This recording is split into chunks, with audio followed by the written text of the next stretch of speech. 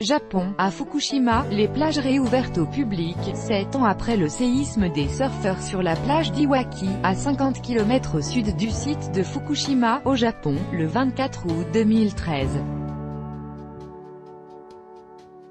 Toru Yamanaka, AFP. Pour la première fois depuis l'accident nucléaire de Fukushima, il y a plus de 7 ans, une plage proche de la centrale accueille des baigneurs avec l'espoir que cela contribuera à changer l'image de la région.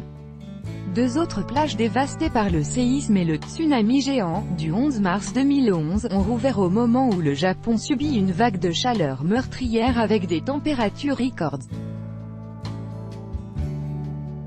Avec notre correspondant à Tokyo, Frédéric Charles. Pour la première fois, des rivages situés entre 30 et 40 km de la centrale de Fukushima accueillent des baigneurs et des surfeurs.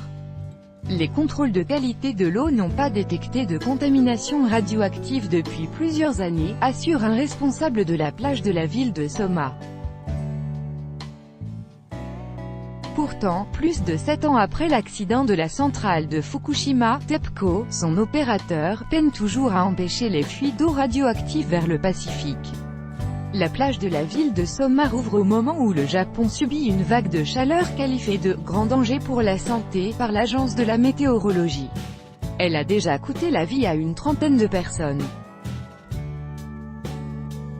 La température à Tokyo a franchi les 40 degrés à l'ombre avec un taux d'humidité de 80%, du jamais vu depuis le début des statistiques météorologiques, il y a 130 ans.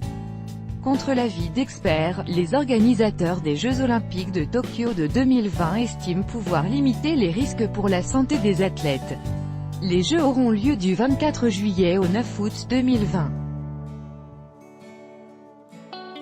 La côte a été frappée par un tsunami après le séisme qui a frappé le Japon le 11 mars 2011.